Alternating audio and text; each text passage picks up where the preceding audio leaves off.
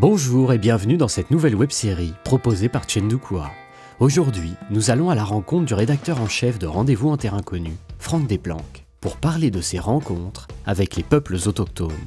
Bonjour Franck, dans un premier temps, que répondriez-vous à la question « Qui es-tu » ? Alors, je suis photographe et auteur de documentaires, spécialiste des peuples autochtones.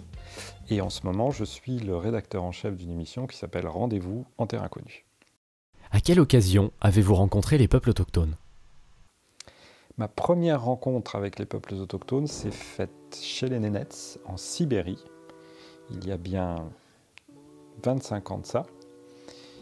Et ça a été un choc extraordinaire qui a conditionné tout ce que je fais aujourd'hui et qui m'a permis de rencontrer beaucoup d'autres populations autochtones, dont les Kogis.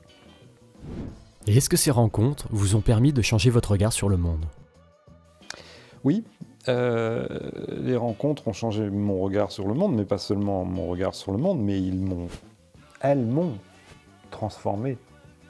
À partir de ce moment-là, ça a conditionné ma vie, mon travail, mon regard sur les autres.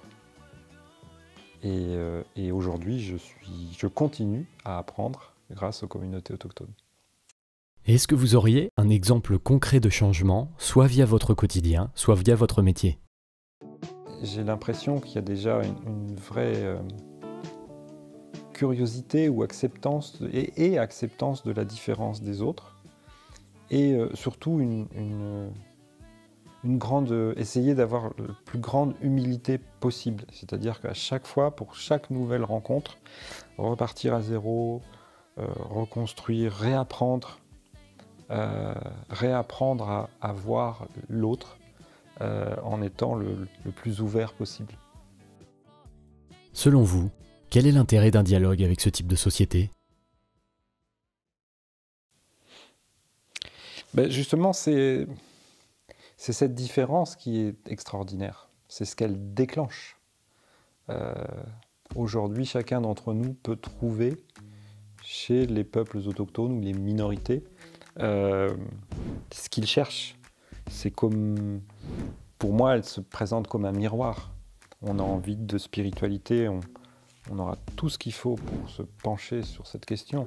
On a envie de savoir-faire, ça sera des découvertes formidables. On a envie du soin, de santé.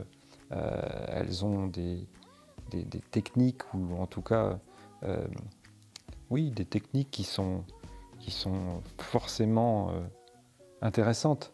Je crois que c'est ce décalage, c'est un déclenchement de questions, de remise en question. Et enfin, pour finir, pour vous, réenchanter le vivant, c'est... Réenchanter le vivant, c'est justement apprendre à avoir ce respect de l'autre. C'est comprendre que la différence est une richesse et que c'est grâce à cette richesse que l'on va aller vers quelque chose de meilleur. Merci Franck.